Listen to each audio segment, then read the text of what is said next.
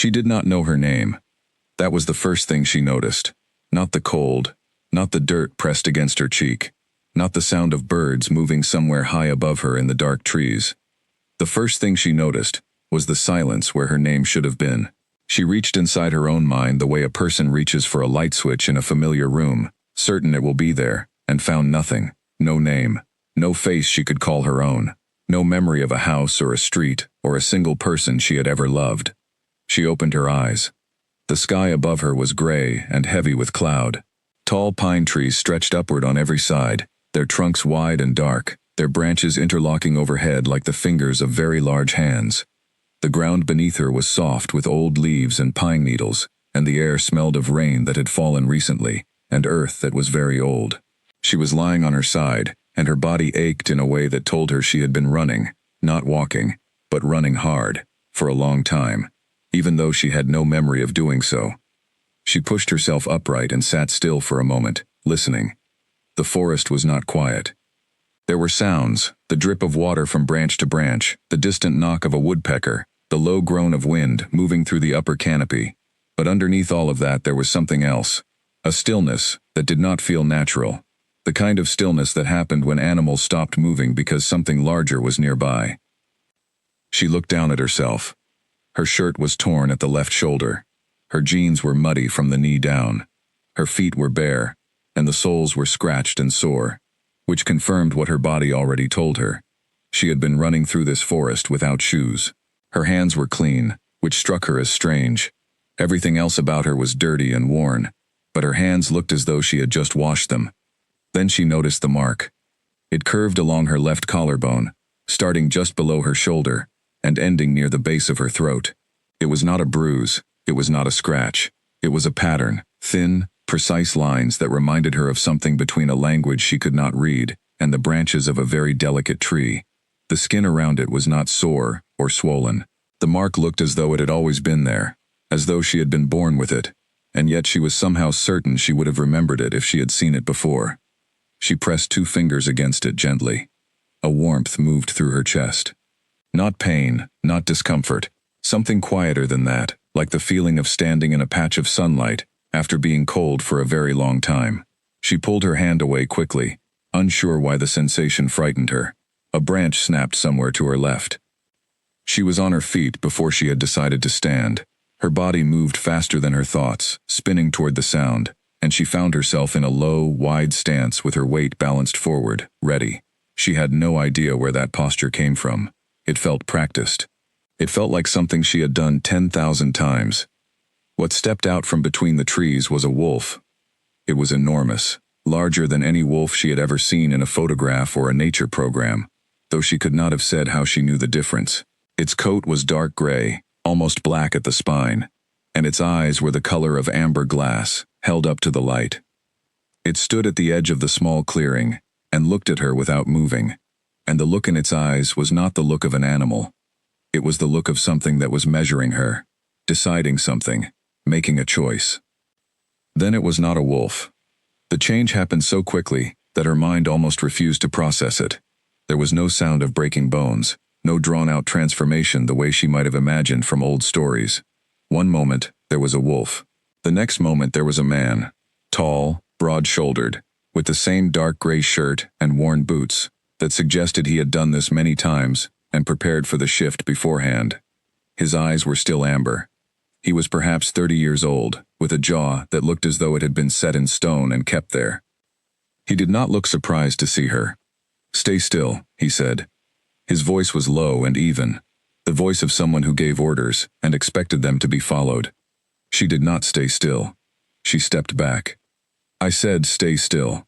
He raised one hand, not aggressively, but with the kind of authority that expected to be obeyed, simply because it had been expressed. "You are on pack territory. You are surrounded. Running will only make this take longer." She heard them then, the sounds she had not identified before. Movement in the trees on every side, deliberate and coordinated, circling her position. She counted the sounds.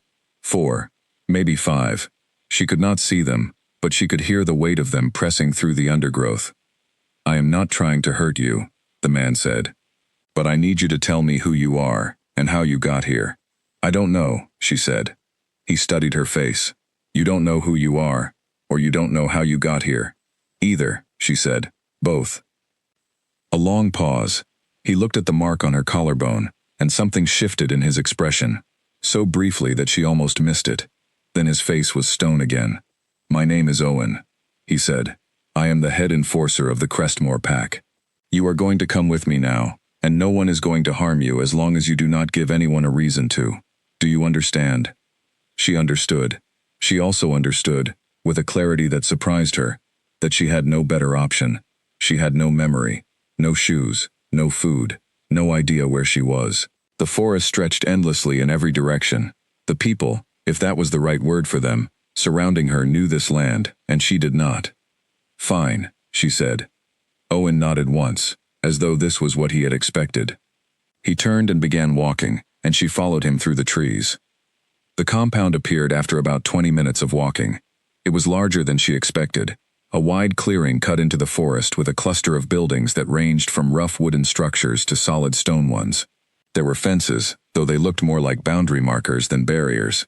There were people moving between the buildings, carrying things, talking in low voices, pausing to look at her as Owen brought her through the main gate. The looks were not welcoming. Some were curious. Some were suspicious. A few were openly hostile, with the kind of expression that said she was an intrusion, a problem, something that did not belong. She kept her face still, and her chin level, and let none of it show. She did not know why that came naturally to her. It simply did. Owen took her to a low building near the east edge of the compound, a long, narrow structure with a line of small rooms off a central corridor. He stopped at a door near the end and opened it. The room inside was plain: a cot, a wooden shelf, a small window with thick glass, a hook on the wall for clothing. No decorations, no warmth. You will stay here, he said. Am I a prisoner? She asked. You are unranked, he said. Until the Alpha determines what to do with you, you will follow Omega protocols. That means you eat last, you speak when spoken to by someone above your rank, and you do not leave the compound without an escort. He paused. It is not a punishment. It is simply the order of things until we know who you are. She looked at the room, then she looked at him. What do I call myself? She asked. If I have no name. Owen considered this for a moment, with the expression of a man who found the question inconvenient. Then a voice came from down the corridor. A sharp, carrying voice, with an edge of amusement in it. Call her Ash, the voice said. She looks like something the fire left behind. The man who had spoken came into view around the corner of the hallway. He was younger than Owen, perhaps mid-20s, with bright eyes and a smile that was just slightly too wide to be friendly. He was wearing a dark jacket over a gray shirt, and there was a silver pin at his collar that she would later learn marked him as a senior beta. His name was Colin, and within 3 minutes of meeting him, she understood that he was the kind of person who tested people for the pleasure of watching them react. Ash, Owen said flatly. You will be called Ash until we know otherwise.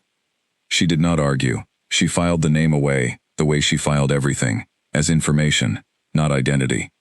Colin looked at her with those two bright eyes. Can you cook? I don't know, she said. Can you carry things? Yes. Good. That is mostly what Omegas do here anyway. He smiled, and the smile did not reach his eyes. Welcome to the bottom of the world, Ash. She did not let his words settle on her. She let them slide past the way water slides past stone. Owen left her with a set of plain clothes, a gray shirt, dark trousers, a pair of worn boots that were slightly too large.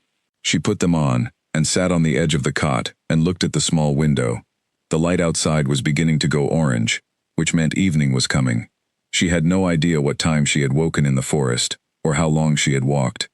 She pressed her fingers to the mark on her collarbone again. The warmth came again, that same quiet, reaching sensation, like a signal looking for somewhere to land. She breathed through it and let it fade. Then she began to think. She did not know her name. She did not know her past. But she had woken in a forest with this mark on her skin, and a body that knew how to stand like a fighter, and a mind that stayed calm under pressure. She was in a compound full of people who could change into wolves. She had been given the name Ash, and assigned the lowest rank in their hierarchy. None of this was comfortable. But she was alive, she was thinking, and whatever had brought her here, Whatever had put that mark on her skin and stripped her memory clean, she was not going to let it determine who she became next. She lay back on the cot and closed her eyes. She did not sleep for a long time. When she finally did, she dreamed of rain and pine trees, and a voice she could not find the face for, saying her name, her real name, in a tone that was full of something she did not have a word for yet. She woke when the compound bell sounded at dawn, and she got up and she went to work. The first 3 days were hard, in the way that very physical things are hard, the kind of hard that lives in your back and your arms and the soles of your feet. She carried water, she cleaned floors, she helped in the kitchen, peeling vegetables and washing pots, and discovered that her hands knew how to do those things, even if her memory did not. She was fast. She was quiet. She did not complain. The Omegas ate in a separate area from the rest of the pack, a smaller room off the main hall, with a long table and plain benches, and food that was perfectly adequate, but served after everyone else had taken theirs. There were 6 other Omegas. Most of them were quiet around her at first, watchful in the way of people who had learned to be careful. A boy named Pip, no more than 16, with a thin frame and very serious eyes, slid a piece of bread across the table to her on the first morning, without being asked, because she had arrived after the breadbasket was already passed around. She nodded at him. He gave a small, quick nod back. That was all. It was enough. Colin came by the kitchen on her second morning and leaned in the doorway watching her work for longer than was necessary. She kept her eyes on the potatoes she was peeling and did not give him the reaction he was looking for. He made a comment about her hands being too clean for someone who claimed to have no past. She said nothing. He eventually left. On the third day, an elderly woman found her in the storage room, sorting dried herbs into labeled jars, a task she had been given because apparently no one else wanted to do it, and which she had accepted without complaint. The woman was small and moved slowly, but her eyes were sharp and dark and entirely awake. She wore a green apron over a plain dress, and her gray hair was tied back with what looked like a piece of garden twine. "You sorted those correctly," the woman said. She did not sound surprised. She sounded interested. She looked up. "I followed the labels." "Most people don't bother reading the labels. They just guess." The woman tilted her head slightly. "My name is Marin, and you are the mystery that showed up in the East Forest 3 days ago. They are calling me Ash," she said. "I know what they are calling you." Marin stepped into the storage room and picked up one of the sorted jars, examining it. "That is not the same as who you are." She set the jar down and looked at her directly. "Do you mind if I ask you some questions, purely for health purposes? I like to know the condition of everyone in the compound, including new arrivals." She considered this. Marin did not feel like a threat. She felt like something else, old and careful and observant, in the way of someone who had spent a very long time watching people and learning what they did not say. "All right," she said. Marin asked her about her sleep, her appetite, any pain. Then she asked, carefully and without emphasis, whether she dreamed. She said yes. Marin asked what about. She said rain, trees, a voice. Marin's expression did not change, but her hands stilled on the counter. Then Marin asked her to push up her sleeve and show her arms, looking, she said, for any signs of injury that might have been missed. And while she was doing this, quite naturally, her eyes moved to the mark on the collarbone. She did not comment on it, but she saw it. She looked at it for just a moment longer than she looked at anything else. Then she said, "Thank you, Ash. You are in good health.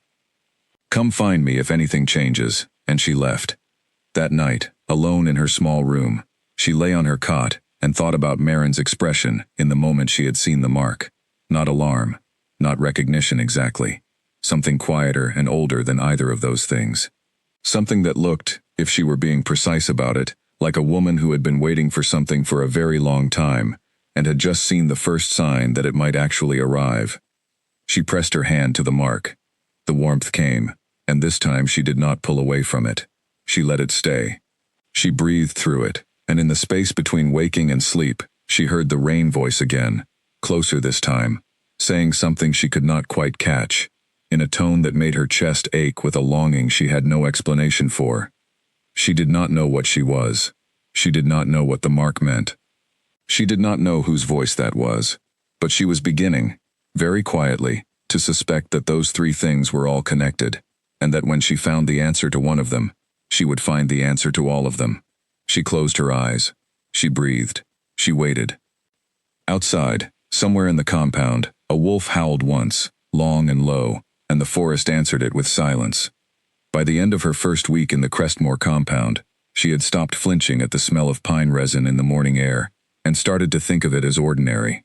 That was the thing about difficult circumstances. The human mind, or whatever kind of mind she had, adapted. It found patterns. It made routines out of chaos. It turned a cot, and a gray shirt, and a name that was not really a name, into something that felt, on the surface at least, like a life. She woke before the bell. That was the first change she made. Being awake before the day officially started meant she had minutes, sometimes as many as 10 or 15, when the compound was still quiet, and she could move through it without anyone watching her. She used those minutes to study the place. She walked the paths between the buildings slowly, noting where things were, how the compound was laid out, which doors were always locked and which ones swung open freely.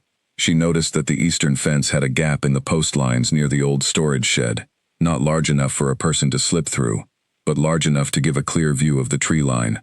She noticed that the patrol rotation changed every 4 hours, but that the changeover always happened at the same spot near the north gate, and that during the 3 minutes of handover, no one was watching the south path. She was not planning an escape. She had nowhere to go. But she noticed these things the way she noticed everything, automatically, carefully, the way a person notices them when part of their mind is always measuring, always preparing, always asking, if something went wrong right now, what would I do? She did not know where that habit came from. She simply had it. The pack hierarchy revealed itself quickly. At the top was the alpha. She had not seen him yet, but she heard his name spoken constantly, always with a shift in tone, the way people's voices changed when they were talking about someone with real authority. His name was Declan. She collected details about him the way she collected everything else. He was rarely seen in the common areas. He made decisions that no one questioned, and there was a quality to the way people talked about him that was not just respect. It was something more complicated, a kind of careful feeling, as though they were not entirely sure what he was feeling on any given day, and so they were always slightly braced. Below Declan were the betas, the senior pack members who managed day-to-day operations. Owen was the most senior of these, and he ran things with the quiet efficiency of someone who found comfort in order. Colin was a beta too, though a junior one, and he ran things with the less quiet efficiency of someone who enjoyed having authority over people who could not push back. Below the betas were the general pack members, hunters, trackers, builders, cooks, medics. They had ranks among themselves that she was still sorting out. And below all of them were the Omegas. There were 7 of them, including her. She learned their names by the end of the second day. Pip, the 16-year-old boy who had shared his bread. Nell, a quiet woman in her 30s who had been in the pack for years and moved through it with the careful invisibility of someone who had decided long ago that being unseen was safer than being noticed. Gage, a large and gentle man of perhaps 40, who spoke very little, but whose hands were always busy. He was always fixing something, mending something, building something small and useful. Kara, who was 20, and sharp-tongued in a way that was less malicious than defensive, as though the sharpness was a wall she had built to keep people at a distance. And 2 others, Felix and Orla, who tended to stay close together and speak mostly to each other, and had not yet decided what to make of her. The Omegas did not have an easy life in the compound. They were not treated with open cruelty, at least, not most of the time, but they were treated with the particular carelessness that people reserve for those they consider beneath consideration. They were given the jobs no one else wanted. They ate what was left. They slept in the smallest rooms. She watched how the other Omegas moved through this and learned from them. Nell moved quietly and made herself useful in ways that reduced friction. Gage worked so steadily and competently that even the most dismissive betas left him alone because they needed what he could do. Pip had learned the art of being invisible without being absent, and Kara, despite her sharpness, had learned exactly which lines not to cross, even when every part of her wanted to cross them. She took these lessons in. She adapted her own approach. Colin was the greatest daily challenge. He had appointed himself, in some unofficial way, as the person responsible for making sure she understood her place. He came by her work assignments regularly, not to help or supervise, but to comment. The comments were never direct insults, he was too careful for that, but they were designed to diminish. He questioned whether she was doing things correctly. He pointed out her errors in front of others. He asked her questions about her past with a light, curious tone that was meant to remind her that she had no answers. She answered him each time with the same even voice and complete lack of reaction, and this, she could tell, frustrated him more than any response she could have given. It was on the 8th day that she saw Declan for the first time. She was crossing the main yard with a stack of folded linens, heading toward the main hall. The yard was busy, midday, people moving in every direction, voices and footsteps, and the smell of cooking drifting from the kitchen building. She was navigating around a group of hunters who had stopped to look at a map spread between them, and she came around the corner of the hall and nearly ran into the man standing just outside the main doors. She stopped. She stepped back. She kept hold of the linens. He was tall, not the tallest person she had seen, but tall in a way that had nothing to do with height, that quality of presence that some people carry like a physical thing. He was perhaps mid-30s, with dark hair that needed cutting, and a face that had seen weather. He was wearing plain clothes, dark shirt, worn jacket, heavy boots. Nothing that marked him as different from any other person in the compound, but everyone in the yard had shifted slightly since he appeared, the way iron filings shift when a magnet enters the room. Every back straightened, every conversation quieted by 1 degree. She looked at his face. He was not looking at the yard.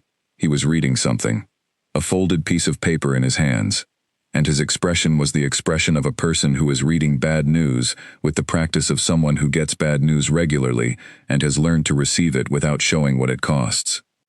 Then he looked up. He looked at her. It was a brief look, less than 3 seconds. His eyes were dark, darker than Owen's amber, a color that was close to black in the midday light, and they moved across her face with the focused attention of someone who rarely looked at anything without purpose. Then they moved away, back to the paper in his hands. She walked past him and continued toward the hall. She did not look back, but she felt something strange in her chest as she walked away. Not the warmth of the mark, exactly, but something adjacent to it. A weight, a pull, as though some part of her had recognized something that her memory was not equipped to explain. She put the linens down in the hall. She stood for a moment with her hands flat on the folded cloth. Declan, that was his name. She had known it before she even confirmed it with herself. The way you know a word the moment you hear it, even if you cannot say where you learned it. She exhaled slowly. Then she picked up the empty basket and went back to work, because the compound moved on schedule, and Nell needed help with the evening preparations, and there were no pauses in the Omega's day, for things that could not be explained. That evening, she sat at the Omega table and ate her meal, and listened to Pip describe a bird he had seen on the east fence that morning, a large bird with a red chest, sitting completely still despite all the activity in the yard. He described it with careful precision, the way a person describes something that gave them pleasure. She listened and asked him 2 questions, and he answered them both with the slightly surprised expression of someone who was not used to being listened to.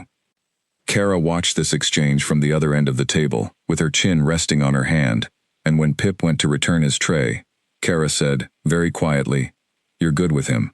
He doesn't talk to most new people. He's easy to listen to," she said. Kara considered this. "Where did you come from?"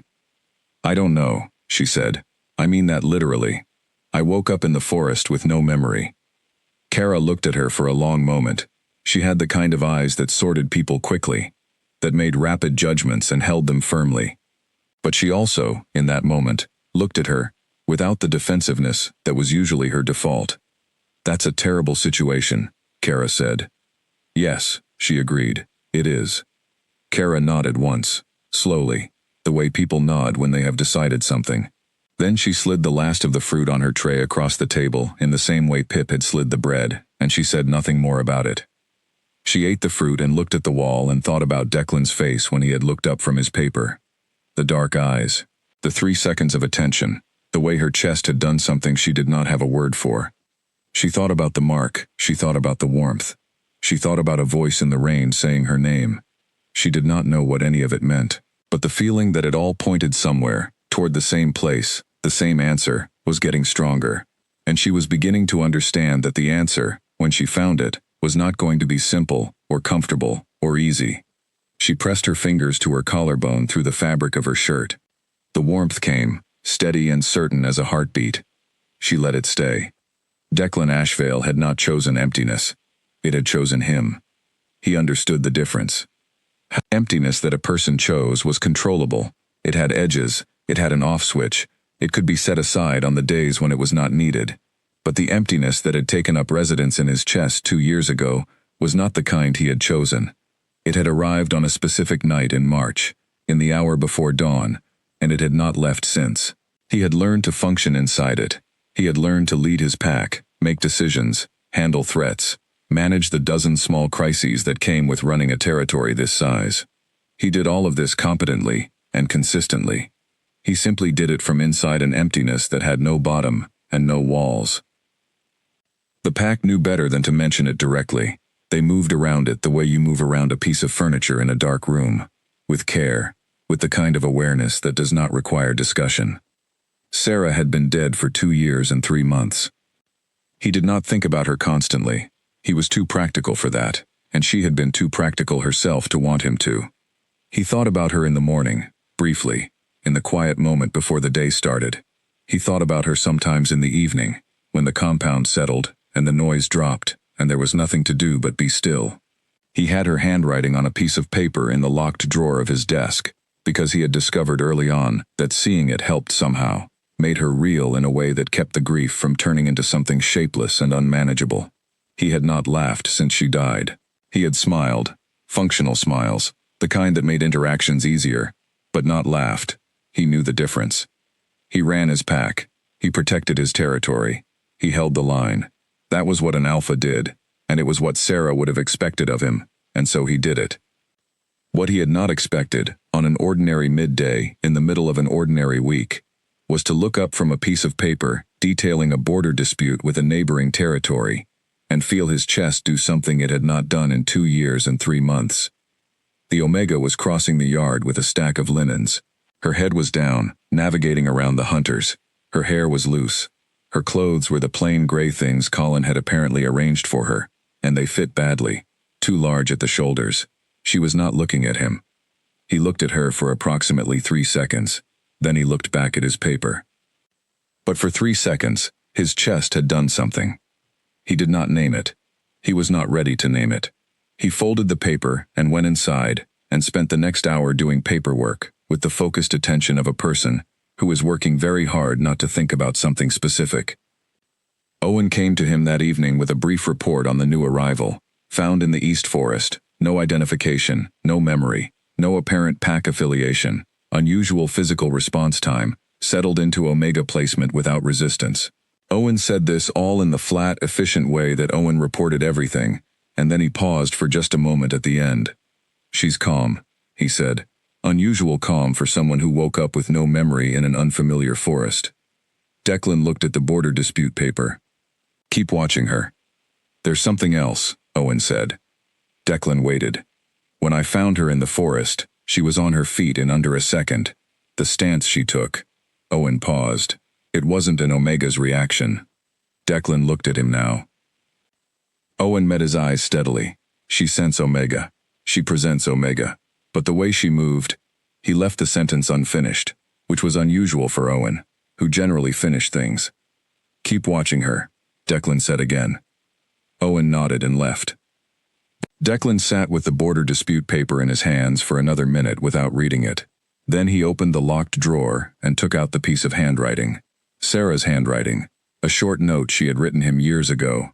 Nothing significant, just a reminder about a meeting, in her slanted, certain hand. He looked at it for a while. He put it back. He locked the drawer. He went to deal with the border dispute.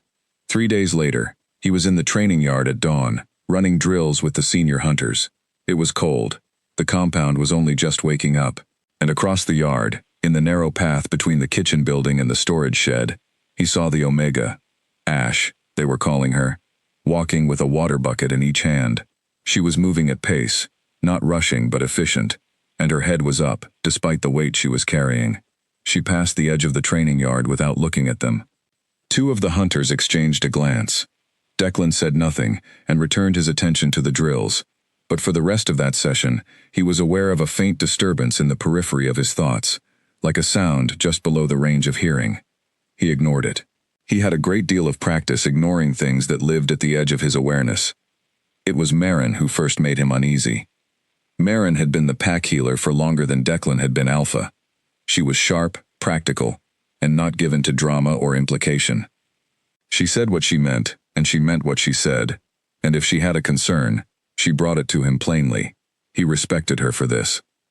So when she came to him 3 days after the new Omega arrived and said she needed to talk to him about the girl, he expected plain. What he got was Maren sitting across his desk with her hands folded in her lap and a careful quality to her expression that he had seen in her exactly once before, and that once had been the night Sarah died. She is in good health, Maren said. Physically she is fine. Stronger than she looks, fast reflexes, good instincts. Owen told me, Declan said. There is a mark on her left collarbone, Maren said. Declan went very still. A birthmark, he said, though he already knew it was not. Maren looked at him. She had the look of someone choosing words the way an engineer chooses load-bearing materials, not for beauty, but for strength. It is not a birthmark, she said. I cannot tell you what it is yet. I need more time. But I wanted you to know I had seen it. The room was quiet for a moment. What does it look like? He said. His voice was completely even. He had spent 2 years becoming very good at making his voice completely even. Maren described it. The curved lines. The pattern like branches or script, the position at the left collarbone. Declan picked up the pen on his desk. He set it down. He picked it up again. I see, he said. I thought you should know, Maren said, and stood, and left without another word. He sat in his office for a long time after she was gone. Then he unlocked the drawer. He took out the piece of paper with Sarah's handwriting. He looked at it. He put it back. He locked the drawer. He stood and walked to the window and looked out at the compound below. Across the yard, through the gaps between buildings, he could see the Omega moving, carrying something, head up, unhurried. He watched her for 10 seconds. Then he turned away from the window. He did not go outside that day. But he found himself at the window 3 more times before evening, without having decided to go there, without having any reason for it that he could name cleanly. He told himself it was the mark, the curiosity of it, the strangeness of a person arriving in the East Forest, with no memory, and an unidentified pattern on their skin. He told himself it was routine security concern, the kind of watchfulness that any responsible alpha maintained toward an unknown element in his compound. He told himself a lot of things, and most of them were partially true, and none of them were the whole of the truth, and he knew the difference. He sat at his desk and worked until midnight, and when he finally went to his quarters and lay down in the dark, the emptiness in his chest was still there. It was always there, but at its edges, so faint he might have imagined it, there was something else, something that felt almost like the first sound of rain before the storm arrives, something that felt almost like anticipation. He pressed his fist against his sternum. He exhaled. He closed his eyes. He did not sleep for a long time. Maren had known many things in her long life that she had chosen not to say aloud, because she had learned, over many decades of watching people, that the truth told too early could do more damage than the truth told slowly. She had also learned that there were some truths so large and so strange that they needed to arrive in pieces, like light through a window that opens by degrees, because arriving all at once, they would simply blind. This was one of those truths. She had known about the soul anchor ritual since before Declan was born, since before his father was Alpha. She had known about it the way pack healers knew about most very old, very dangerous things, through the records kept in the healer's archive, the handwritten books that went back generations, containing the knowledge of every healer who had served the Crestmore pack before her.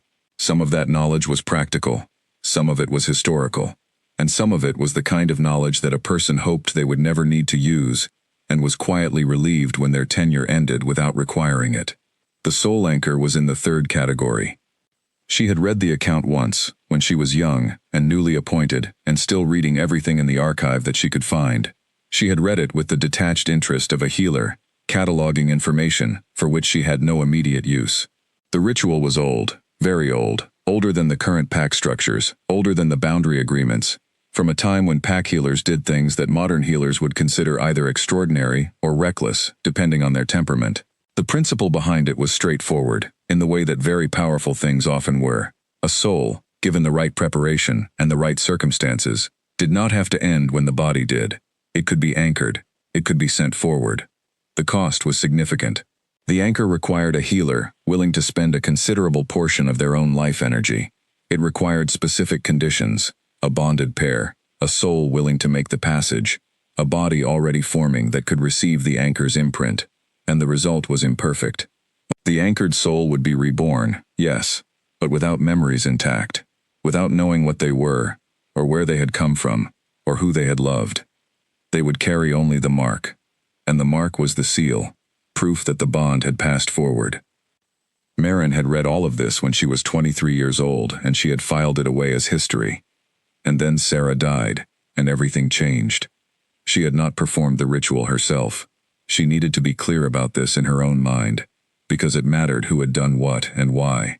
The elder who had performed it, an old woman named Constance, who had been the healer before Maren, and who had come out of retirement on the night Sarah died, because Maren had called her in desperation, was gone now. Constance had died 6 months after the ritual, which was not a surprise given what the ritual cost. She had known what it would take. She had done it anyway, because Sarah asked her to. Sarah had been conscious at the end. For a very short window, perhaps 30 minutes, she had been conscious and coherent, and in that time, she had asked Constance for the ritual. She had understood what it meant. She had understood she would not remember. She had accepted all of it with the kind of calm that had always been one of Sarah's most defining qualities, the ability to face hard things without closing her eyes. Maren had been in the room. She had watched. She had kept the record.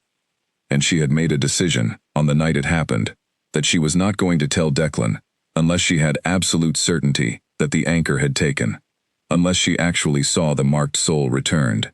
Because telling him that his mate might be reborn, might be out there somewhere, might come back to him, but not knowing if it had worked, not being able to say when or where or in what form, would have been a kind of cruelty she was not willing to be responsible for. It would have given him something to wait for that might never arrive, and waiting for something that might never arrive was its own particular kind of ending. So she had kept the record. She had kept the secret. She had tended the pack, and tended Declan as best she could, and she had watched the years turn, and she had tried to make peace with the possibility that the ritual had simply failed. And then a young woman with no memory had walked out of the East Forest with a curved mark on her left collarbone, and Maren had gone very quiet inside, in the way of a person who has been holding their breath for 2 years, and has just been given permission to exhale. She was not going to act quickly. She was absolutely certain of this, because Ash, whatever her real name was, did not know. She did not know what she was, or what the mark meant, or who she had been. And barging into that unknowing with the full weight of a truth this large would not be kindness. It would be overwhelming. It might even be damaging. A soul reborn was not simply a continuation. Constance had been very clear about this in her account. The person was new. The history and the memories were gone. The love might return, but it would return in its own time and its own way, and it could not be forced or rushed or pointed toward its destination, like a compass needle held in place by a magnet. Maren needed to know more. She needed to confirm what she suspected. She needed to watch and gather and wait, as she had been doing for 2 years, and be patient for a little longer.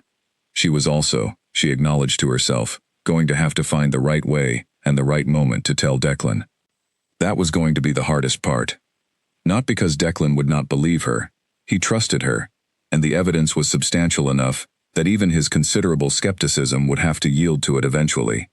The hard part was what it would do to him, because Declan had spent 2 years building a life inside the emptiness that Sarah's death had left.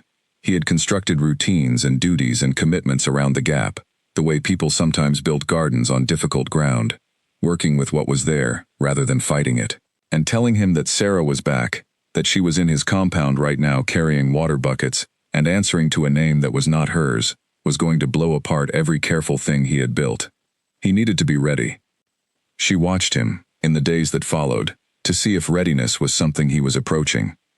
What she saw was a man who was going to the window of his office more than was strictly necessary for the management of pack business. A man who had increased the frequency with which he walked certain routes through the compound, routes that happened to pass near the kitchen building and the storage shed, and the east path that the Omegas used for their morning tasks. A man who, at the evening assembly 3 days after the new arrival, had been listening to Owen's report with his usual focused attention, and then had stopped, mid-nod, for approximately 2 seconds, when Ash crossed the back of the hall with a tray of mugs. 2 seconds was nothing in the span of a day. But Marin had spent 40 years watching people, and she knew that for Declan, 2 seconds of lost focus was the equivalent of anyone else dropping what they were holding and staring open-mouthed across a crowded room. Something was pulling at him. He did not know what it was yet. She gave it time. She also, in those days, spent time with Ash, carefully, in the way that did not alarm or overwhelm. She found reasons to be near her during the workday, to ask her small questions, to observe her responses. She brought her small tasks in the herb room, sorting, labeling, identifying plants by smell, and watched what her hands did, and what her face did, and how she held herself when she thought no one was paying particular attention. What she saw was consistent and quietly extraordinary. Ash was calm in a way that went beyond composure. It was not the stillness of someone who was suppressing emotion or hiding fear. It was the stillness of someone who had, somewhere in their formation, learned to center themselves against disturbance, to find a quiet place and operate from it.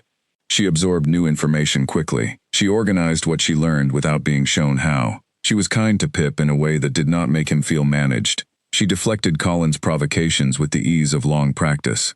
And she carried herself with a particular quality that Marin had seen before, in exactly one person. She went to the archive on the 6th day and took out Constance's account of the ritual. She read it again, slowly, in the low light of the archive room, the smell of old paper around her like the smell of everything she had kept. The marked soul will carry the nature of who they were, Constance had written, in her small, careful hand, even without the memories that gave rise to that nature. Temperament survives the passage. Skill survives, though it presents without context. Love does not survive intact. It arrives again as potential, as a readiness of the heart, a door left unlocked. The lock must be found, the handle must be turned, by the right hand, in the right moment. You cannot rush it. Marin set the account down.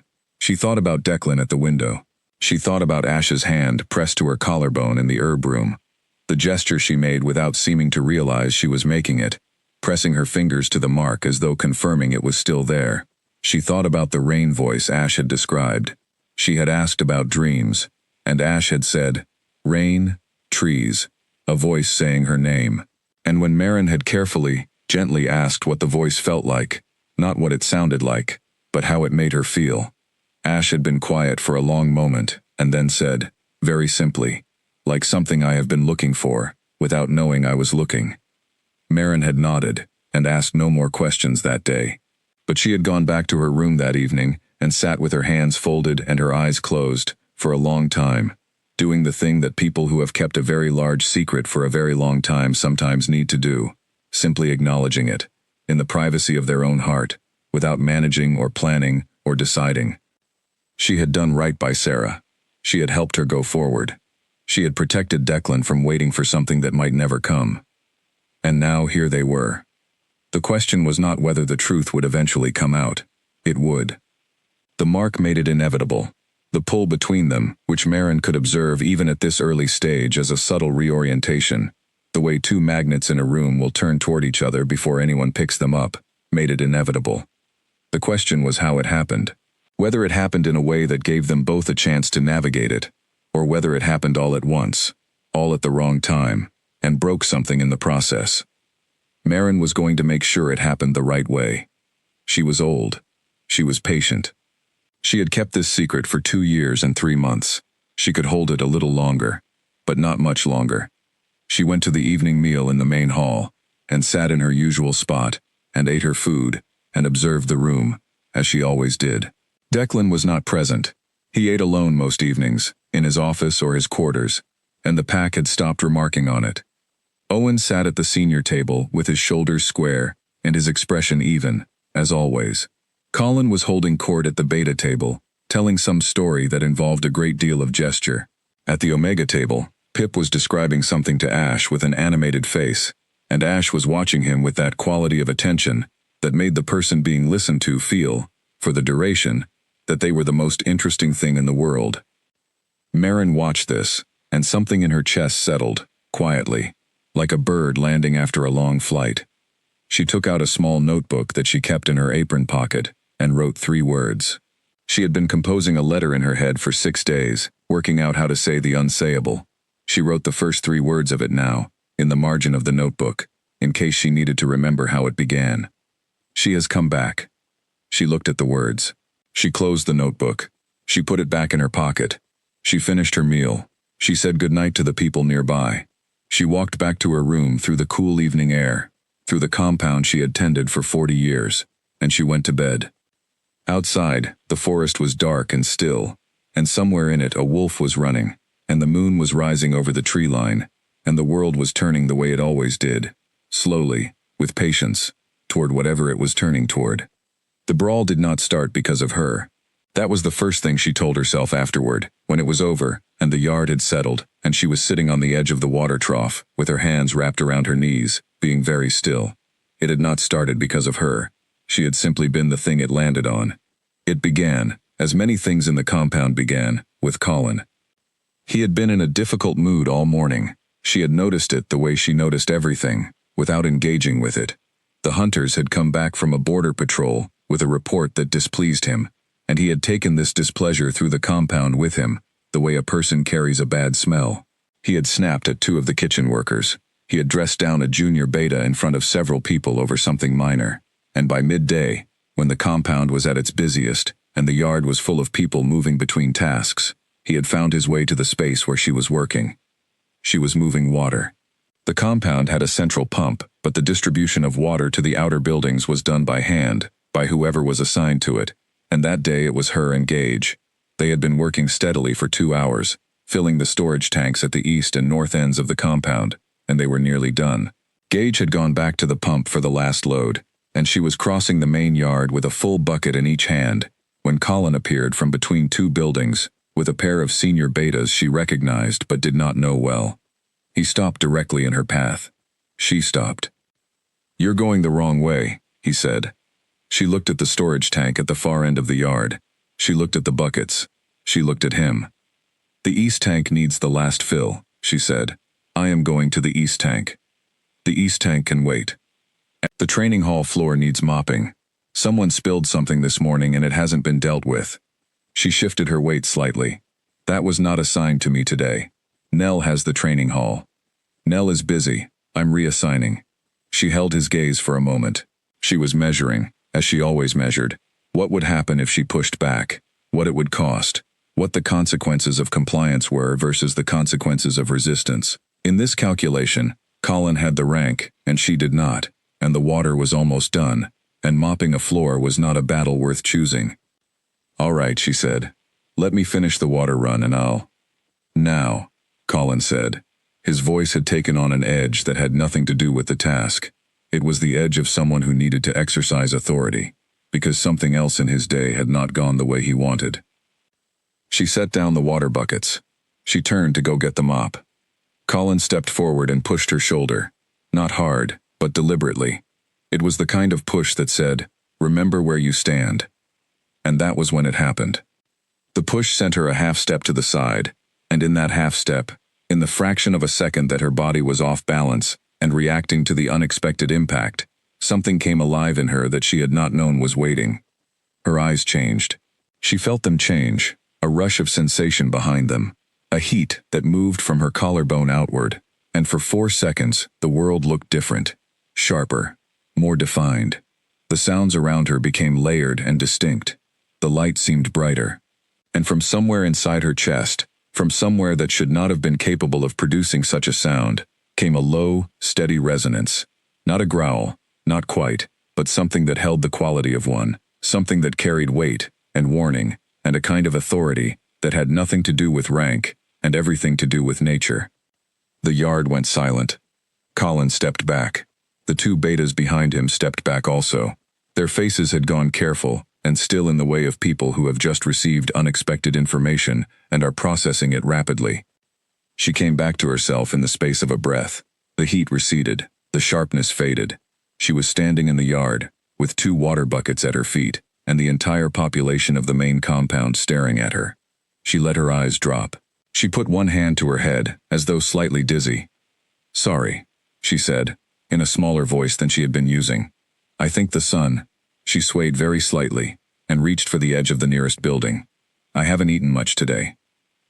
It was a thin excuse, and she knew it, but the people watching her wanted a reason that fit inside the shape of the world as they knew it, and she had given them one, and most of them, not all, but most, were willing to take it.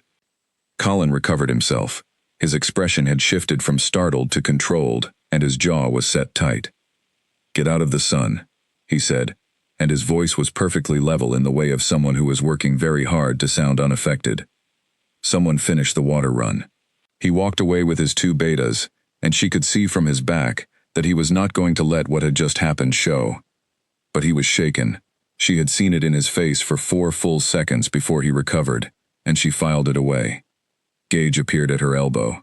He had come back from the pump with his last load in time to see the end of what happened. He said nothing at all. He simply set down his bucket, picked up hers, and walked calmly toward the east tank as though nothing had occurred. She followed him. They completed the water run in silence. When they were done, and alone for a moment near the storage tank, Gage said, very quietly, without looking at her, "You should go somewhere quiet for a bit." "I'm fine," she said. He glanced at her sideways. "I know," he said. "Go somewhere quiet anyway." She went to the herb room, which was usually empty at midday, and she sat on the low stool near the window and pressed both hands flat against her thighs and breathed. She ran through what had happened in careful sequence. The push, the half-second, the heat, the sound, the 4 seconds of something she did not have a name for. Her hands were not shaking. That was good. She focused on that. She also focused on the fact that she had felt the mark before any of the rest of it. The heat had begun there, at the collarbone, before it spread.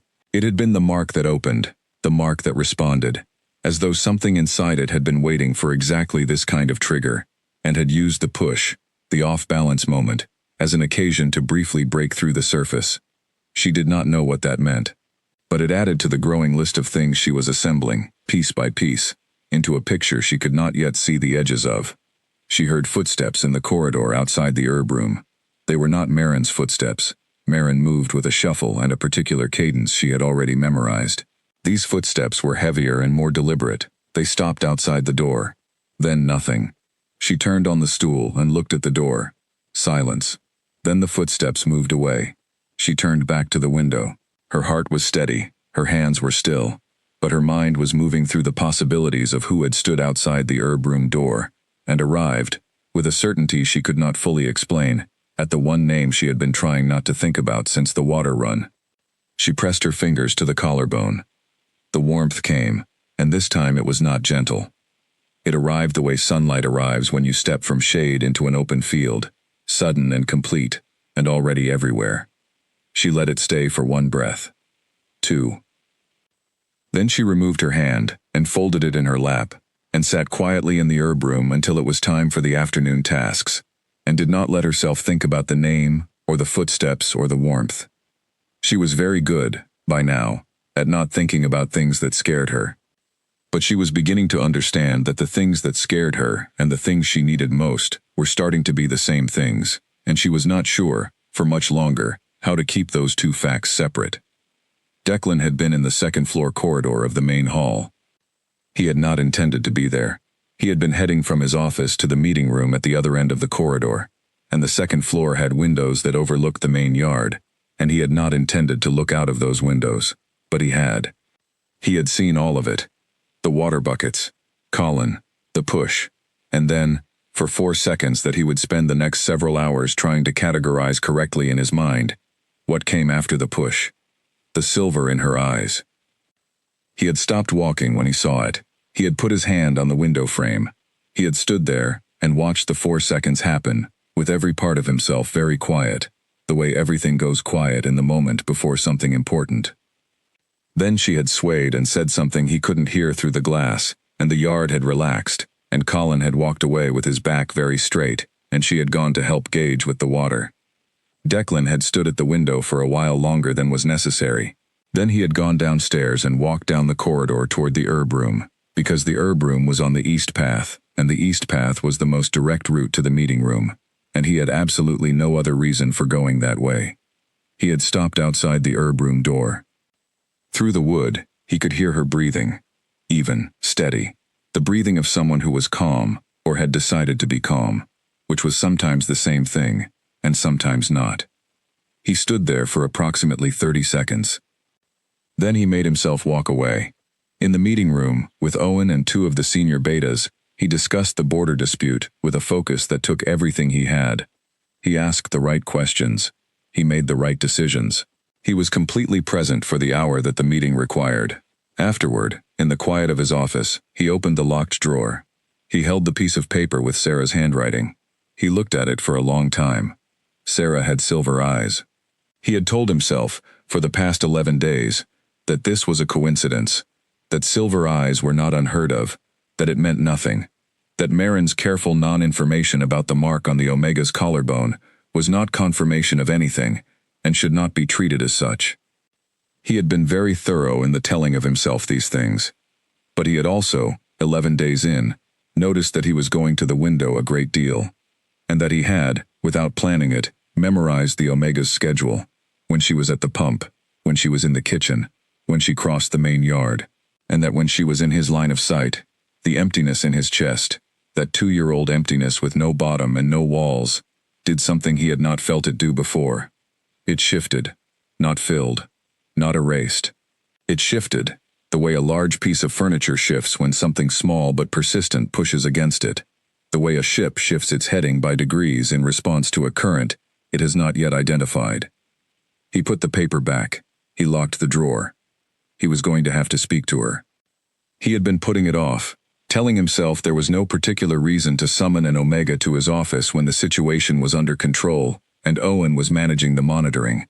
But after what he had seen in the yard today, he had a legitimate reason. Her reaction time, her physical response, the silver. He called Owen in and told him to arrange it for the following morning. That night, for the first time since Sarah died, Declan did not go to the locked drawer before sleeping. He lay in the dark and thought about 4 seconds of silver, and the sound that had come from someone who should not have been capable of making it, and the way she had recovered, instant, clean, controlled, and put her hand to her head, and given the people watching her an explanation they could live with. She had covered it so quickly that half the yard had already decided they had misunderstood what they saw. He had not misunderstood. He closed his eyes. The emptiness was there, as always. But at its edges, tonight, the shift was more pronounced. He could feel it, like a tide moving in response to something pulling at it from far away. He did not name it. He did not name it, but he knew what naming it would mean. And some quiet part of him, the part that had survived 2 years and 3 months inside the emptiness, was already preparing, slowly, cautiously, like a person in a dark room moving toward a window they are not yet certain they want to open. She arrived at the Alpha's office at the time Owen specified, early morning, the compound still settling into its daily rhythm, the air sharp with cold. Owen led her through the main hall and up the stairs. She had never been permitted to ascend before, and she walked behind him with her hands at her sides, and her face composed, and her thoughts organized into neat sections, the way she organized everything. She had been told almost nothing, only that the Alpha wished to speak with her. She did not ask why. She already had a reasonable idea. The office was larger than she expected. One wall was almost entirely window, looking out over the main yard and the forest beyond. There were bookshelves, full ones, with the comfortable disorder of shelves that were actually used. A wide desk, maps on the other walls, pinned and annotated, and at the desk, the man she had seen twice in the yard, and once, she was almost certain, outside the herb room door. Declan looked up when she came in. Owen stepped out and closed the door. The room was quiet. He studied her face for a moment. She let him. She kept her own expression neutral, without making it deliberately blank. There was a difference, and she suspected he would know the difference. "Sit down," he said. She sat. He looked at a point just above her left shoulder for a moment, the way people look when they are deciding where to start. "Your name is Ash," he said. "That is what I am called," she said. "It is not my name." A slight pause. You don't know your name. No. And you don't know where you came from. No. Or what pack you belong to. No. He leaned back slightly. Those are a lot of things not to know. Yes, she said. They are. Are you telling me the truth? She looked at him directly. I have nothing to gain from lying to you. If I had a name and a history, and a pack, presenting myself as a nameless Omega in your compound would be one of the stranger strategies I could imagine. So yes, I am telling you the truth. Something in his expression shifted, just slightly, just for a moment. Something that might, in another context, have been almost like amusement. It was gone before she could be certain. What do you remember? He asked. Nothing specific. I have impressions. Rain. Forest. A voice I cannot identify. Physical instincts that feel practiced, but that I have no memory of practicing. She paused. And the mark on my collarbone, which I woke with, and which I did not put there. His hands, which had been resting loosely on the desk, pressed flat against the surface. It was a small movement. She noticed it. Tell me about the mark, he said. She reached up and pushed her collar down, just enough to show the edge of it. The curved beginning of the lines, the first part of the pattern. She did not pull the collar further than was necessary. He looked at it. The silence in the room had a particular quality. She had been paying attention to silences since she arrived in the compound. They carried information, the same way tone did and body language did, and the space between words did. This silence was not the silence of neutrality. It was the silence of a person making an enormous effort to keep very still. She pulled her collar back into place. Marin has seen it, she said. She has not told me what she thinks it is. Do you have a theory? He asked. Several, she said. None of them provable with what I currently know. He was quiet for a moment. What happened yesterday in the yard? She had expected this. I was pushed and lost my balance. The heat and the light affected me. I hadn't eaten properly. It passed quickly. He looked at her with an expression that was completely level and completely unconvinced. That is what happened, she said, and her voice was just as level. I was watching from the second floor, he said. The room was quiet. I see, she said. Your eyes changed color, he said. She said nothing. The sound you made, he said, and stopped. He seemed to be choosing between several ways of completing the sentence. That was not the sound of someone who had not eaten. She looked at the window. The morning light was coming through it, at a low angle, turning the maps on the wall to pale gold. I don't know what I am, she said. It was the most honest thing she had said in the entire conversation. I don't know what that was. I don't know where the mark came from, or why I wake up knowing how to carry myself like someone who has been trained for years. I have no answers for you. I am not withholding them. I simply don't have them. The silence after this was different from the one before. It had a weight to it, the weight of a person considering whether to believe something because they want to, or because it is true, or because both of those things are happening at once, and cannot be separated cleanly. He was watching her with those dark eyes, and that expression she could not categorize. Not hostile, not warm, not the deliberate professional blankness of someone managing an interaction, something else. Something that reminded her of standing at the edge of a very deep body of water and looking down. She did not look away. She was not going to look away from a thing simply because it was deep. After a long moment he said, You will continue with your assigned duties. If your situation changes, if you remember anything, or if anything else like yesterday happens, you will report to Owen immediately. Understood, she said. She stood. She moved toward the door. Ash. She turned. He was looking at his desk. He had picked up a pen at some point and was holding it in his hand, though he did not appear to be about to write anything. His jaw was set.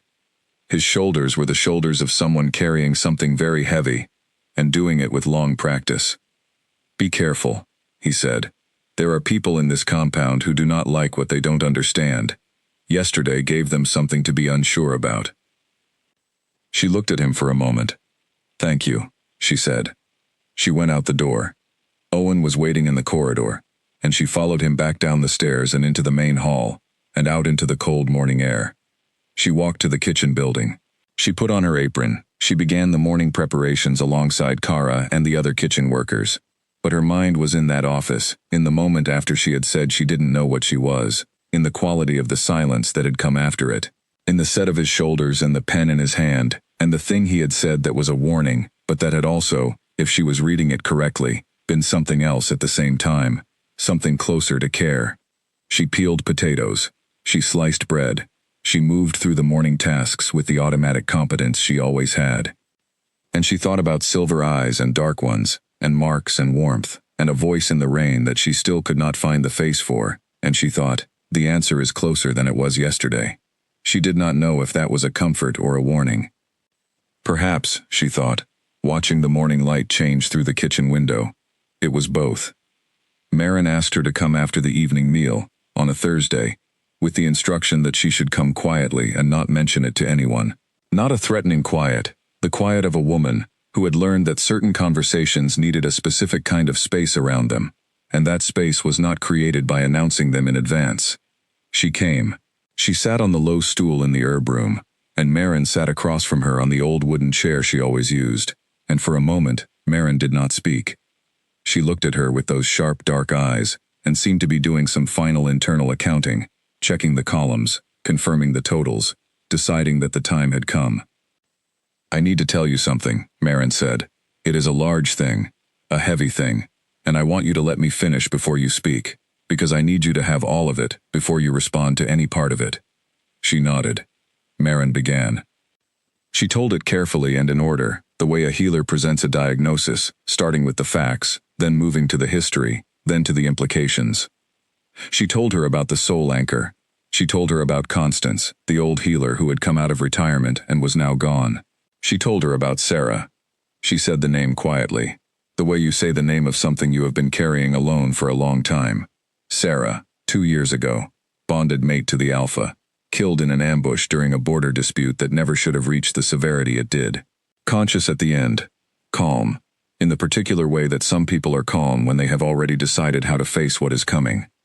Marin told her what Sarah had asked for. She sat very still through all of it. She had made herself a promise before she sat down that she would hold her composure for the duration of whatever she was about to hear, because composure was her strongest tool, and she was not going to lose it in this room. She held it. Marin told her about the mark, about the seal, about the scattered memories and the reborn body, and the door left unlocked. She quoted Constance's account directly in places, from memory, the words of an old woman who had spent everything she had on a ritual that might or might not have worked, and had died 6 months later not knowing the answer. When Marin finished, the herb room was very quiet. Outside, the compound sounds were distant and muffled. The lamp on the shelf made a small circle of warm light between them. She sat with what she had been told and let it settle. She did what she always did with large things. She broke it into parts and looked at each part separately. A soul anchor ritual. A woman named Sarah who had died and chosen, in the window of consciousness before death, to go forward rather than end. A mark that was a seal. A reborn life, no memories, no history, only the shape of the person who had been there before. That was the framework. Now the part that sat inside the framework. She was, if Marin's account was correct, that reborn life. She was the thing the ritual had produced. The soul of a dead woman, living in a body that had no memory of having been a dead woman. The mark on her collarbone was not a mystery or an anomaly. It was proof. It was the seal that said, this is her. This is where she went. This is what remained. And the Alpha who stood at windows and walked routes that took him past the East Building and held a pen in his hand without writing. He had loved Sarah, had been bonded to her, had spent 2 years and 3 months inside the emptiness her death had left. She breathed through this for a moment. Then she said, carefully, does he know? Marin's answer was immediate, but not simple. He suspected, she said. He did not know. She had told him about the mark, the existence of it, not the specifics. She had not told him about the ritual. She had not told him who she believed the girl in the compound was. Why? She asked. Because you needed to know first, Marin said. Because you are the one this happened to, and you deserve to receive this information before it was decided what to do with it. And because, Marin paused, choosing, because telling Declan is going to be like opening a dam, and I needed to be sure, before the water moved. that there was somewhere solid for it to land. She understood this. And he is afraid, Maren said quietly. He does not know he is afraid, because he has spent 2 years turning his grief into function, but he is afraid that what he is feeling when he looks at you might be real, because if it is real, then he has to decide what to do with it, and the last time he let himself feel something that real, he lost it. The silence between them was different now. It had a texture to it, soft and heavy at once, like fabric that has been folded many times. I am not Sarah, she said. Maren looked at her. I need you to hear me say that, she said. I understand what the ritual was. I understand what the mark means. But I am not Sarah. I did not come back as Sarah. I came back as, she stopped, as whoever I am becoming. The person in this room, on this stool, with these hands, and these thoughts, and these weeks, in this compound, is not the woman who died 2 years ago. She is someone new who shares a source. Maren was quiet for a moment. Then she said, Constance wrote that. Almost exactly those words. Then Constance was right. Yes, Maren said, she was. And she looked at her with an expression that was the expression of someone who has been carrying something alone for a very long time, and has just, for the first time, shared the weight of it. And that is going to be the most important thing, for Declan to understand that too. He cannot love you because you were Sarah. He will have to find his way to you, because you are you. She thought about dark eyes, and a pen held in a still hand, and the word careful, offered as something other than what it sounded like on the surface. He is already trying, she said. Maren's expression was complicated. I know. Does that frighten you? No, Maren said. It gives me hope. She folded her hands in her lap.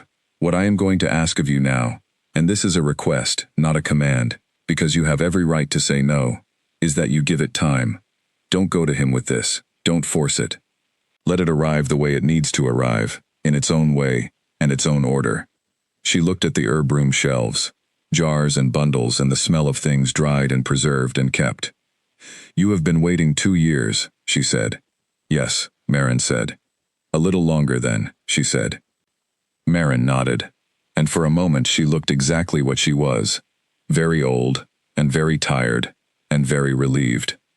She walked back to her small room through the cold compound, and lay on her cot, and looked at the ceiling, and let herself feel everything she had been holding steady through the conversation in the herb room.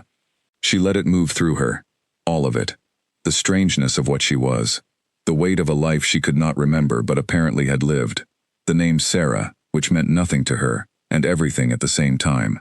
The mark's warmth, which she now understood differently, which she understood was not a signal without destination, but a signal already arrived, already reaching toward the thing that had always been its anchor point. She was the result of an act of profound love. Someone had chosen to go forward rather than end. Someone had said, in the last moments available to them, I am not ready to be finished. I am not ready to leave. And a woman who had loved them, who had spent 40 years knowing things and keeping them, and protecting the people in her care, had helped them go. She pressed her hand to the mark. The warmth came. She held it. She let it fill her chest and her throat, and the spaces between her ribs, and she breathed through it. And for the first time since she had woken in the forest, she did not feel like a person with no origin.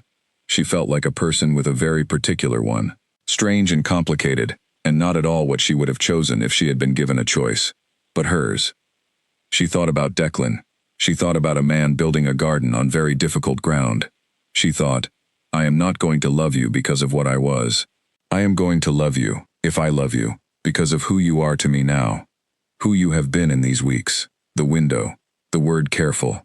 The way you went very still when I showed you the edge of the mark, as though stillness was the only adequate response to something that large. She thought, we are going to have to find our way to each other as two people who are meeting for the first time, even if part of what pulls us toward each other is older than this meeting. She thought, I think I can do that. She closed her eyes. The warmth stayed, steady and patient, and she let it. Outside, the moon was full and high, and the forest was silver with it, and somewhere in the trees a wolf ran in a long, easy line between the pines, and the night was quiet, and the world was turning.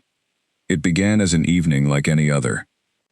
She was sitting on the long bench near the east fence, her habit, On evenings when the tasks were done and the compound had settled into its after-dinner quiet, was to sit here for a while before going to her room. She liked the view, the fence line and the dark tree line beyond it, and the stripe of sky above the trees that changed color by degrees as the sun went down. She liked the particular kind of silence that collected in this corner of the compound, away from the main buildings, away from the sounds of conversation and movement, a space where the quiet was actual rather than temporary. She had been thinking about Marin's words, as she had been thinking about them every evening for the past 2 weeks, letting it arrive the way it needs to arrive. She had been watching Declan, with the careful peripheral awareness she applied to everything, and what she saw was a man, in a slow, private process of becoming something he was not sure he was allowed to become. He had started appearing in the common areas at times when he previously had not. He had asked Owen, she had learned secondhand through Nell, for a more detailed daily report on the Omegas, ostensibly for pack management purposes. He had approved an extension to the herb room storage space that Marin had been requesting for a year. On the same day he had apparently passed the herb room and found it full of sorted jars. None of these things were declarations. She was not looking for declarations. She was looking at the smaller things, the adjustments, the small shifts in a person's habits that happened when something was changing inside them that they had not yet found the language for. She was sitting with all of this, watching the sky turn from orange to purple, when she heard footsteps. Not the confident, efficient footsteps of Owen, not the deliberate footsteps she had identified outside the herb room door. These footsteps were unhurried and heavy, with the particular cadence of a person walking without destination, walking because moving was easier than being still. She did not turn around. She kept her eyes on the tree line. The footsteps slowed. They stopped somewhere to her right, near the fence. A long moment of quiet. Then Declan said, without preamble, "Is anyone sitting there?" She looked to her right. The bench stretched in both directions. She was at the middle. He gestured toward the far end, to her right, and she understood that he was asking not because he needed permission, but because he was, in this small way, giving her the choice. She said, "No." He sat at the far end of the bench, not beside her. There was perhaps 2 feet of space between them. He rested his forearms on his knees and looked at the tree line the same way she had been looking at it, and did not speak. She did not speak either. She was very good at silence. She let the evening settle around them. After perhaps 5 minutes he said, "You come here often." "In the evenings," she said. "The view is good." "I used to come here years ago," he said. He was not looking at her. He was still looking at the trees. "I had forgotten about it." She did not push. She did not ask what had made him forget, or why he had come back. She simply said, "It's a good place to think." "Yes," he said. Another stretch of quiet. She could hear the compound behind them, the distant sounds of the kitchen being cleaned, a conversation in the direction of the training hall, the low bark of a dog somewhere near the north gate. In front of them, the trees were dark now, the sky above them going from purple to the deep blue that arrived just before stars. "Can I ask you something?" she said. He turned his head slightly. "Ask." "What is the forest called?" "The one to the east, where I was found." He looked back at the tree line. "The locals call it the Long Wood," he said. "It runs for about 60 miles in that direction, before it reaches the old boundary. We have been in it since before there were names for it." "How long has the pack been here?" "A very long time," he said. "Longer than the records go back clearly. My grandfather's grandfather's records, and those are incomplete." He paused. "Why?" "I like to know the history of places," she said. "It helps me feel less temporary." He was quiet for a moment. "You think you are temporary here?" She considered this. "I don't have a rank, a history, or a name. I arrived with nothing. I remain here because no one has given me a reason to leave, and nowhere to go. That feels like a temporary arrangement." "Most arrangements begin that way," he said. "They become something else through time." She looked at the side of his face. He was still watching the trees, but there was something in the line of his jaw, a tension releasing, very slightly, the way ice, at the edge of a frozen thing, releases when the temperature begins to change. She said, "Your pack feels permanent. The people in it feel like they belong here. Even the difficult ones." She paused. "Even Colin." A sound came from him. It was small and brief and unexpected. It was, she realized, A sound she had not heard from him before. Not in the yard, not in the office, not in any of the many ways she had observed him in the weeks she had been here. It was close to a laugh. Not a full one, not yet, but its first cousin. "Even Colin," he said. "He is afraid," she said. "Underneath the authority. He tests people, because he needs to know where the lines are, and nobody has ever drawn them clearly for him." Declan looked at her. She met his eyes. She had not yet, in a casual context, held his eyes for more than a second. But the evening was quiet, and the tree line was dark, and something between them had shifted in the last 10 minutes, in a way that did not feel like threat. She held his gaze. "You are very observant," he said. "I have a lot of time to observe," she said. "I don't have memories to fill the space with, so I fill it with the present." He was quiet for a moment. "That sounds lonely." "Sometimes," she said. But also clarifying. "I see people without history attached to them. I see what they are now, not what they were before." A long pause. "Is that how you see me?" he said. "You are the easiest one to see," she said, honestly. "You make yourself very legible. You think you are private, but the things you do tell a clear story." He looked away. He looked at the trees. He rubbed his jaw with one hand, a gesture she had not seen before, a gesture that suggested he was processing something that was either uncomfortable or important, possibly both. "The story," he said. "What does it say?" She thought about how to answer. She chose honesty, because honesty was the only thing, in her situation, that ever served her well. "It says you are a man who has been very tired for a long time," she said, "and who is doing something brave by being here tonight, even though you have told yourself it is nothing, that you are simply sitting at the east bench, because the evening is mild, and you needed air. It says you have not yet decided what to do with what you are feeling, which is reasonable, because I don't think you have had practice feeling it recently." She paused. "And it says you are kind, underneath the authority, in the same way that some places are warm underneath cold ground." The silence after this was very deep. He had gone completely still.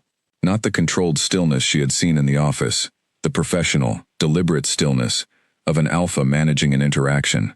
This was a different kind. The stillness of someone who has just been given, by surprise, exactly the thing they did not know they needed. He exhaled. He did not say anything for a while. The stars were appearing above the tree line, one at a time, as they always did, not all at once, but gradually, as though the sky understood that some things needed to arrive slowly. "What is your real name?" he said. His voice was very quiet. "I don't know yet," she said. "Do you think you will find it?" She looked at the stars. "I think so," she said. "I think it's coming back. In pieces, slowly." She paused. "I think the right pieces are already here." He turned his head and looked at her again. She did not look away. The space between them on the bench was 2 feet, but it felt like something much smaller, or much larger. She could not tell which, only that it was not neutral. After a moment he stood. He did not do it abruptly. He moved with the deliberate care of a person who is being very intentional about not rushing something. "Good night," he said. "Good night," she said. He walked back toward the main buildings. She watched him go, his back straight, his steps even, the same alpha posture he always carried. But there was something else in it tonight, something very subtle, a loosening, as though the weight he carried was the same, but the angle of it had changed slightly, and the change made it easier. She turned back to the tree line. The stars were out fully now. She counted 5 before she stopped counting. She pressed her fingers to the mark. The warmth came, warm and steady and absolutely certain of itself, and this time she did not name it, and she did not analyze it. She simply sat with it and let the evening be what it was, and did not ask anything of the moment, except to be present in it. A long, low howl rose from somewhere deep in the long wood. Not close, not threatening, just present. The sound of something alive in the dark, telling the sky it was there. She listened until it faded. Then she got up, and walked back through the quiet compound, and went to her room. And for the first time since she had woken in the forest, she fell asleep easily, without reaching for something she could not find. The pack found out on a Wednesday. It did not happen with ceremony or announcement. It happened the way most compound knowledge happened, through the accumulation of observations by people who were paid attention by nature and profession. the senior betas began comparing notes.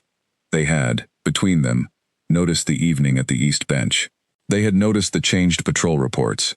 They had noticed, most damningly, that Colin had come to 3 of them in the same week, with the same barely concealed urgency, wanting to talk about the Omega, and the event in the yard, and the mark on her collarbone, and what all of it might mean. Colin had also, she would later understand, gone to Marin. He had not gone with malice in the clearest sense. Colin was not simple enough to be simply malicious. He had gone with the particular anxiety of someone whose sense of order was being disturbed, and whose authority depended on that order remaining clear. An Omega who made senior betas step back with 4 seconds of something no Omega should be capable of, was a disruption. An Omega who the Alpha was sitting at the East Bench with in the evenings, was a larger disruption. An Omega with an unidentified mark who arrived from nowhere, with no history, and whom Marin visited regularly, and with an interest that was clearly more than medical. That was the kind of disruption that reorganized the entire shape of things, and Colin had staked his comfort on the shape of things as they were. He had gone to Marin and asked, directly, what the mark was. Marin had told him it was a health matter, and none of his concern. He had pushed. She had not yielded. He had left her rooms with nothing but the confirmation that there was something to find, and that fact alone was enough. By the following Monday, the compound was divided into 2 camps, and neither of them was quiet. She felt the division before she understood it. She was in the kitchen on Monday morning when she noticed that 2 of the general pack members, women who had always been neutral toward her, neither unfriendly nor particularly warm, moved away from the counter when she came to start her morning tasks. Not obviously, not dramatically, but they moved. She filed it. At the midday meal, she sat at the Omega table and felt the room differently than usual. The main hall had a particular energy. Conversations slightly louder than they needed to be. The kind of loudness that meant people were performing normality rather than inhabiting it. The beta table was the center of it. Colin was there, and his body language was the body language of a person who had made a decision and was in the process of executing it. Pip slid his bread across to her again. She looked at him. He met her eyes with his very serious, very steady gaze, and gave a small, almost imperceptible shake of his head. A warning. A quiet preparation. Something is coming. She nodded back. It came after the meal. She was collecting trays from the far end of the hall when Colin's voice cut across the room. He had stayed when most people had left, and he had stayed with purpose, and the 4 betas who had stayed with him had also stayed with purpose. I want to ask you something, Colin said. His voice was carrying, not shouting, but pitching itself to be heard by the people still in the room. She understood immediately that this was a performance as much as a confrontation. In front of witnesses. She set the tray down. She turned to face him. She kept her expression entirely neutral. All right, she said. What are you? Colin said. Not who, what. The room was very quiet now. The handful of people still present, mostly junior pack members who had been slow in leaving, had stopped moving. She looked at Colin. She looked at his face, which was the face of someone who was afraid and covering it with authority, and she thought, you are not a bad person, you are a frightened one, and she held on to that thought because it helped her keep her voice even. I am a person who arrived in your forest with no memory and no history, she said. That has not changed. The mark, he said. What is the mark on your collarbone? I don't know, she said. That is not an answer. It is the only answer I have. He took a step forward. You made a sound in this yard. All of us heard it. You have eyes that changed color. You present as an Omega, but you move like something older than that, something with more behind it. And Marin has been treating you differently since the day you arrived. His voice had risen slightly, not to anger, but to urgency. I want to know what you are. This pack deserves to know what is in their compound. She held his gaze. You are right, she said. The pack deserves to know what is in their compound. I agree with that completely. But I have told you what I know. I cannot give you answers I do not have. Then we should have a tribunal, Colin said. Let the Alpha decide officially. Let the pack's council sit and make a formal assessment. An unranked stranger with unknown qualities and an unidentified mark, living in this compound without formal judgment. That is not how we do things. A few of the betas around him murmured in agreement. She heard it. Not all of them, not even most of them, but enough to give Colin the weight of numbers he was looking for. She was deciding how to respond, carefully, without aggression, without collapse, when a voice from the doorway of the hall said, quietly and with absolute finality, "No." Everyone turned.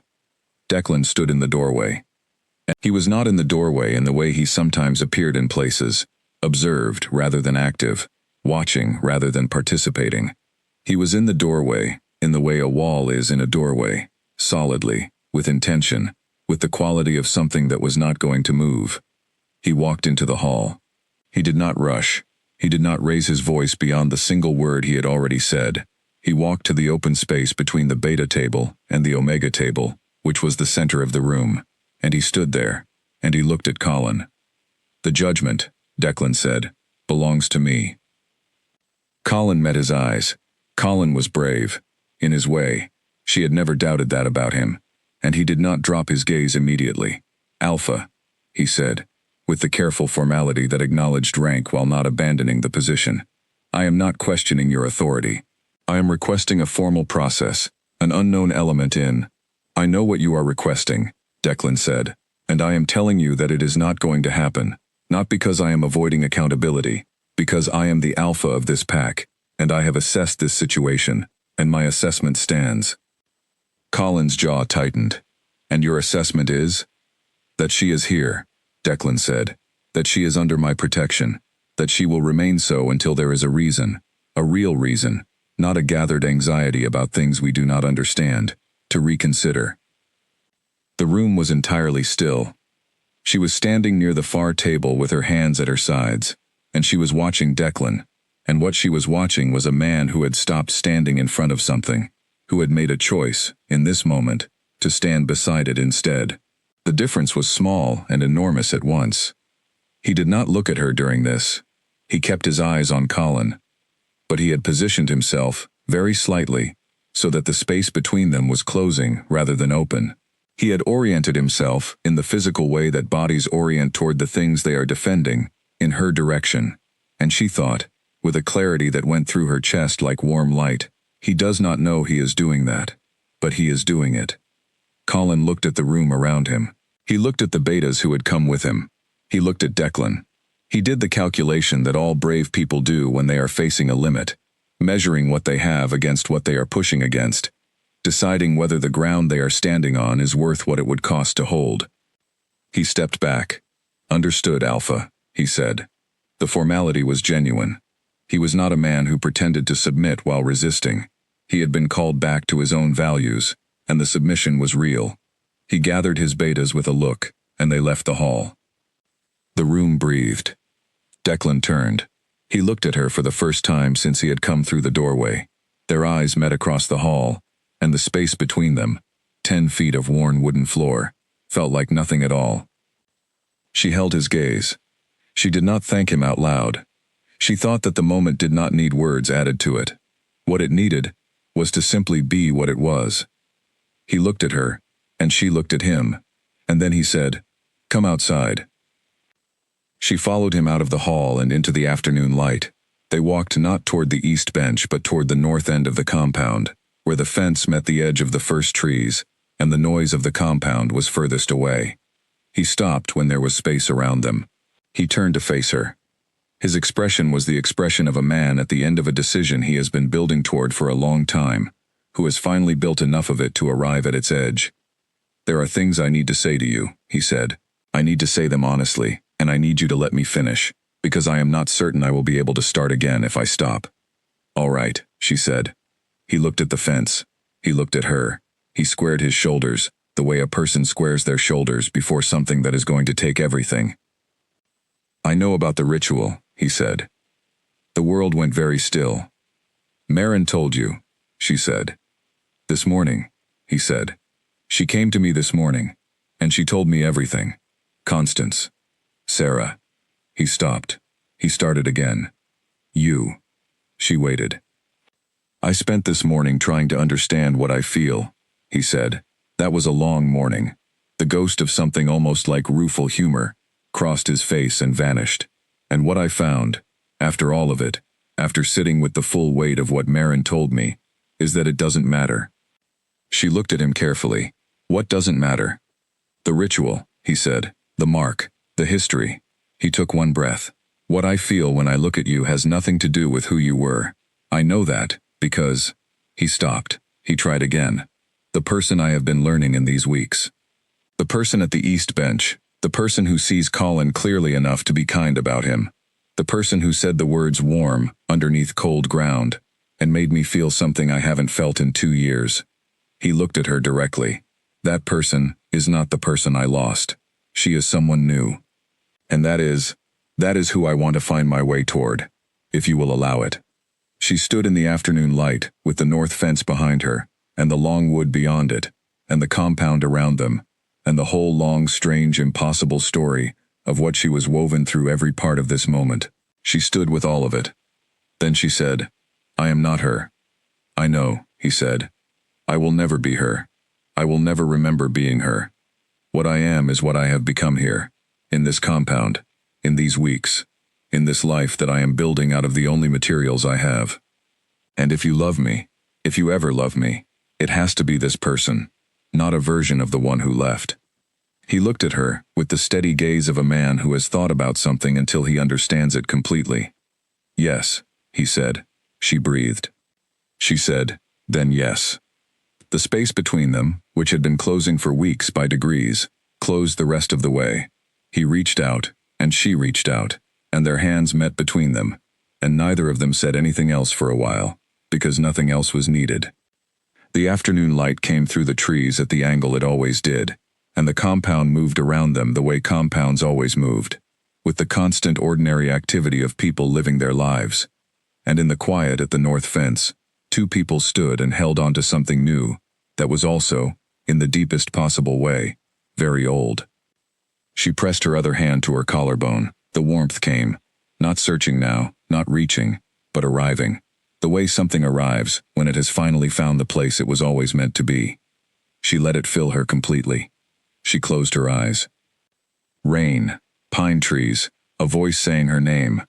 And for the first time, she heard it clearly enough to understand what it was, not a ghost, not a memory, not the echo of something lost. It was the voice of something returning. It was the sound of a door, long unlocked, finally opening. It was herself, from somewhere on the other side of a very long passage, saying, here.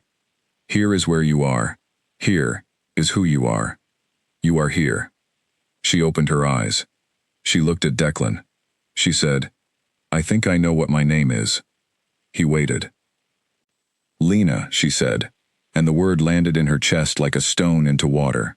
Simple, certain, spreading out from itself in every direction. My name is Lena. He said it back to her, not as a question, just as a word that now existed, that had not existed a moment ago. Lena, he said. She smiled. The weeks that followed were not simple. Nothing genuinely worth having is simple, and she had understood this from the beginning, that the truth arriving did not mean the difficulty ended. It meant a different kind of difficulty began, the kind that comes from building something rather than surviving something. Colin did not leave the pack. She had not expected him to, and she would not have wanted it. What he did was something smaller and more significant. He came to her 3 days after the confrontation in the hall, and stood awkwardly near the kitchen door, and said, with the air of a person for whom apology was a language they had taught themselves only recently, that he had handled things badly. She looked at him. She said, you were afraid of what you didn't understand. He said, yes. She said, that's something I know something about. A pause. Then something in his face shifted. The too wide smile was gone, replaced with something much more ordinary, much less guarded. The name they gave you, he said. Ash. He made a sound of discomfort. I gave you that name. I shouldn't have. You gave me a name when I had none, she said. That counts for something, even if it was the wrong name. He looked at her for a moment. Then he nodded. Once, in the way of someone accepting a version of events that he knew was generous. He walked away. He was not her ally after that, but he was not her enemy either. And in a compound hierarchy, those were meaningfully different categories. The pack's reaction was harder to summarize because the pack was not one thing. The senior betas were cautious but professional. They followed Declan's judgment, because his judgment was the final word, and because the weeks that followed the confrontation showed them something they had not seen from him in 2 years. He was present. Not just functional, present. The particular quality of attention that had been absent from him since Sarah died had returned, and even the most skeptical of the betas could feel the difference it made in how the pack operated, in the texture of daily life in the compound. The general pack members were varied. Some of them accepted it quickly, with the adaptability of people who have lived in a world where extraordinary things are common, and have developed a practical attitude toward them. Some took longer. A few never fully settled into the new shape of things, and she accepted this without bitterness. She had no right to require the easy acceptance of people whose world she had turned sideways. The Omegas were different again. Pip was the first to simply say, "I'm glad you're here." Not glad you're the Alpha's mate, or glad you're Luna, or any of the words that carried the weight of what she was and what had happened. Just glad you're here, as a person, in this space, on this bench, at this table. She put her hand on his shoulder briefly, and he went slightly pink, and they finished their meal in comfortable silence.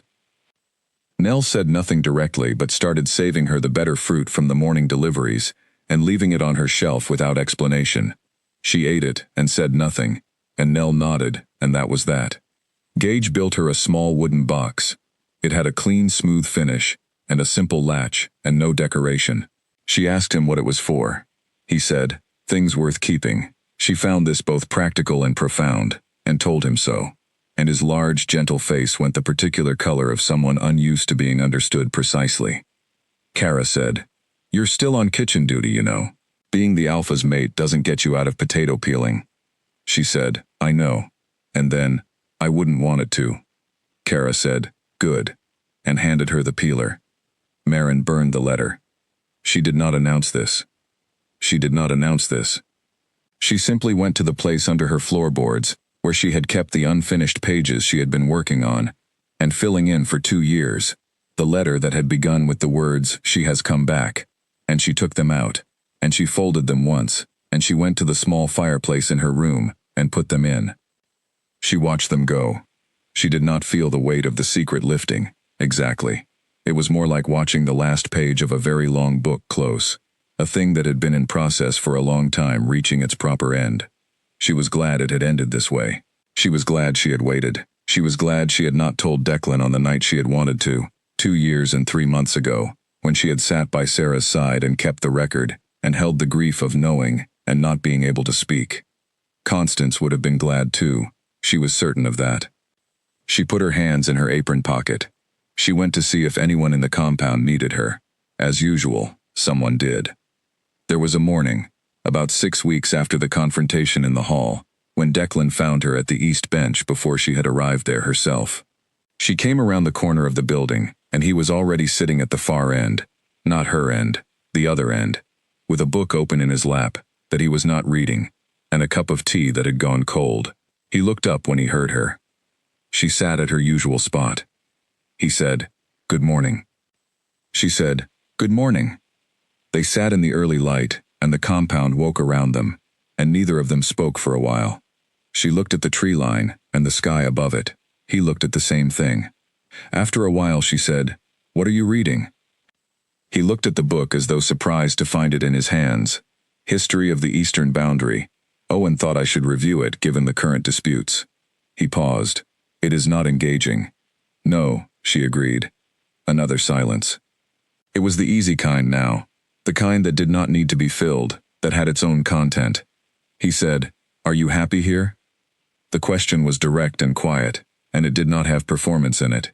He was not asking it because it was the right thing to ask. He was asking because he actually wanted to know.